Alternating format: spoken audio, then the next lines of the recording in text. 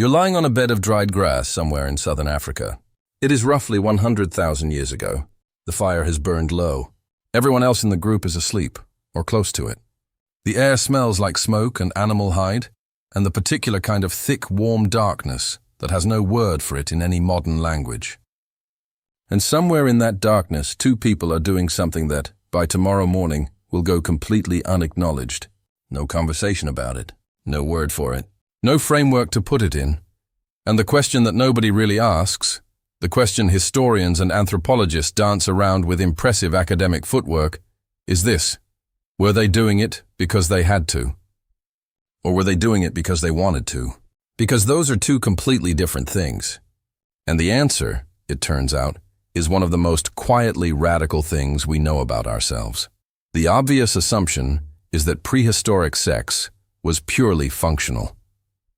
Reproduction. Survival of the species. Two animals following a biological imperative with all the romance of a filing system. You'd be forgiven for thinking that. It's basically the default assumption built into every documentary, every textbook, every sanitized version of prehistoric life ever produced, except that assumption is wrong. Not partially wrong, not nuanced wrong, just wrong. And the evidence that dismantles it comes from sources so unexpected, so genuinely strange, that when you hear it laid out in order, you'll wonder why this isn't the first thing they teach you about human evolution. Because it turns out ancient humans weren't just having sex. They were thinking about it, designing around it, and in some documented cases going to extraordinary lengths to make it better. Which raises a question much larger than the original one. What does that say about who we actually are? Here's what nobody tells you. The human body is not built for purely reproductive sex. It is built, in ways that are specific, documented, and evolutionarily expensive, for pleasure.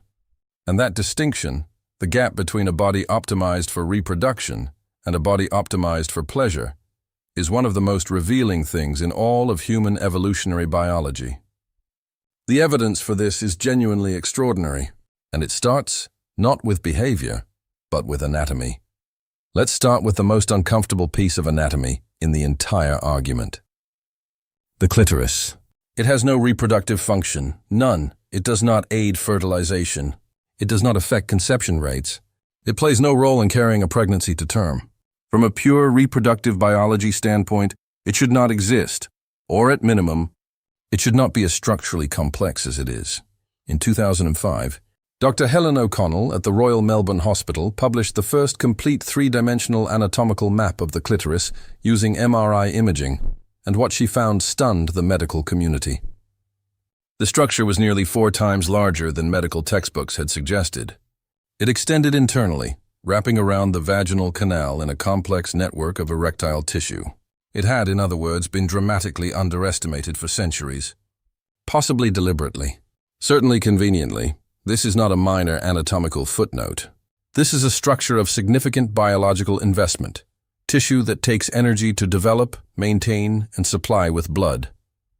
Evolution does not spend that kind of energy on accidents. If it exists at that scale, with that complexity, it exists because it served a function. And the only function it serves is pleasure. Now push that clock back. If modern human anatomy includes this structure, and modern human anatomy emerged roughly 200,000 to 300,000 years ago, then the capacity for female sexual pleasure is not a modern development. It is ancient. It was present in the first anatomically modern humans who walked out of East Africa. It may be older than Homo sapiens entirely. So the next question is, did they use it? And here's where the archaeology gets genuinely strange. The conventional story of prehistoric sex goes something like this. Early humans mated to reproduce, just like every other animal. Pair bonds formed for child-rearing. Everything was functional, transactional, and about as romantic as a quarterly business report. That's the story. It's tidy. It fits a certain view of our ancestors as essentially clever animals, nothing more. Except the archaeological record keeps interrupting this narrative with deeply inconvenient objects. In 2005, researchers excavating a site in Hohlerfels Cave in southwestern Germany found a polished stone phallus dating back roughly 28,000 years. It was made from siltstone.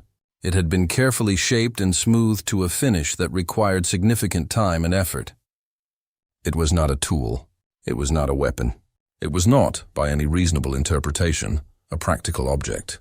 The researchers described it diplomatically as a symbolic object. The rest of us can probably call it what it is, but Hohlefels is not an isolated find. Ancient phallic objects have been recovered from sites across Europe, Asia, and Africa, spanning tens of thousands of years. Some of the oldest known Venus figurines, small female sculptures with exaggerated sexual characteristics found across Europe and dating back 25,000 to 35,000 years, appear to emphasize features associated with sexuality rather than fertility alone. The distinction matters. A fertility symbol emphasizes pregnancy, birth, the outcome. These objects often seem to emphasize something else entirely. Someone, 28,000 years ago, with no writing, no internet, no cultural permission structure, decided that this was worth making. They spent real time on it. They kept it. That is not the behavior of a species indifferent to sexual pleasure. That is the behavior of a species deeply preoccupied with it, which, honestly, tracks. Here's where the biology becomes genuinely mind-bending. Human sex is neurochemically distinct from the sex of most other animals in ways that go far beyond anatomy. During sexual activity and orgasm, the human brain releases a cascade of neurochemicals.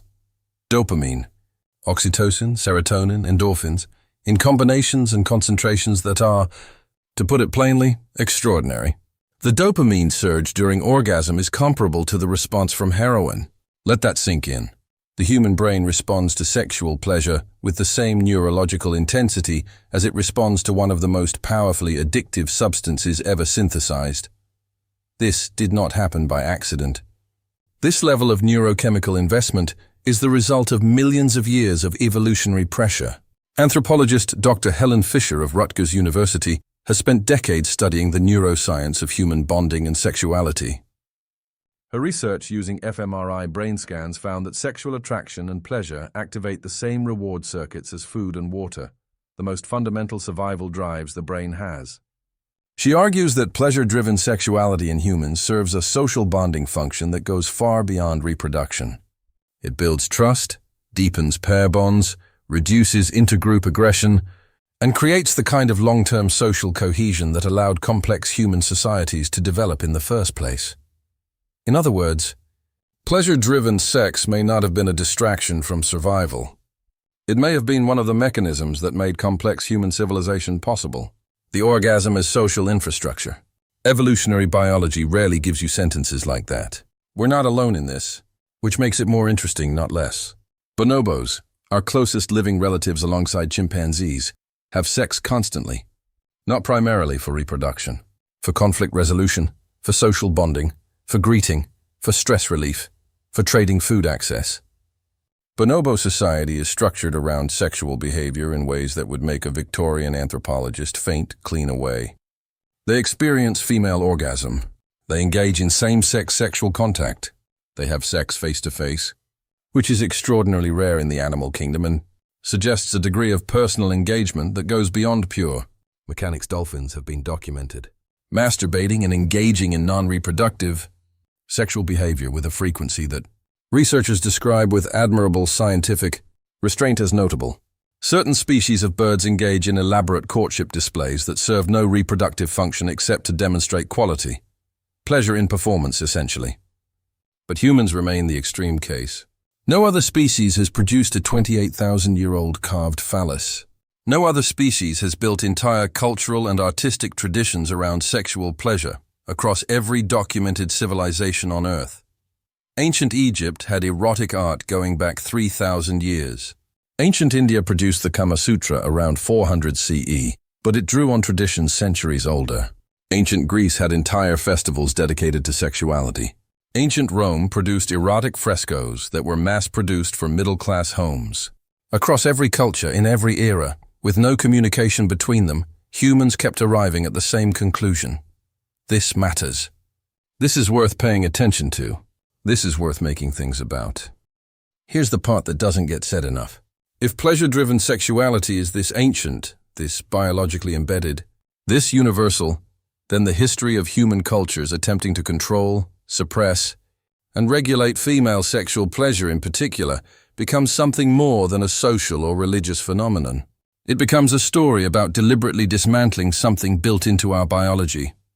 For most of documented history, in most cultures, female sexual pleasure has been treated as either irrelevant, dangerous, or both. The clitoris was misidentified, minimized, or omitted from medical texts for centuries, in some cases deliberately. Practices designed to eliminate female sexual pleasure have existed across multiple cultures and continue in some places today. The gap between what biology built and what culture permitted is one of the larger chasms in human history. And the uncomfortable implication is this: if pleasure-driven sexuality is genuinely ancient, if it predates agriculture, religion, civilization, and every social structure ever built, then every culture that tried to eliminate or suppress it wasn't restraining an animal instinct.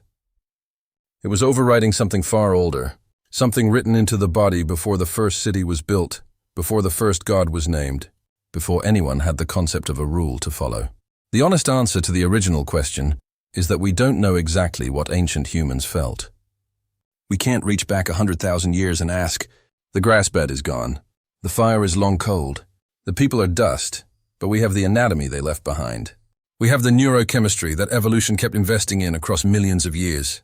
We have a polished stone object from 28,000 years ago that someone made carefully and kept close. We have the fact that every civilization humanity has ever built, without exception, produced art, ritual, and cultural expression around sexual pleasure within the first few centuries of its existence. These are not the records of a species indifferent to pleasure. These are the records of a species that has always known what it is. The next time you encounter any cultural message telling you that human sexuality is something that needs to be controlled, managed, minimized, or ashamed of, remember that you are carrying in your body a biological system that evolution spent millions of years building and refining. It was ancient before any of those messages existed. It will probably outlast all of them. We have always been this. We just keep forgetting to say it out loud.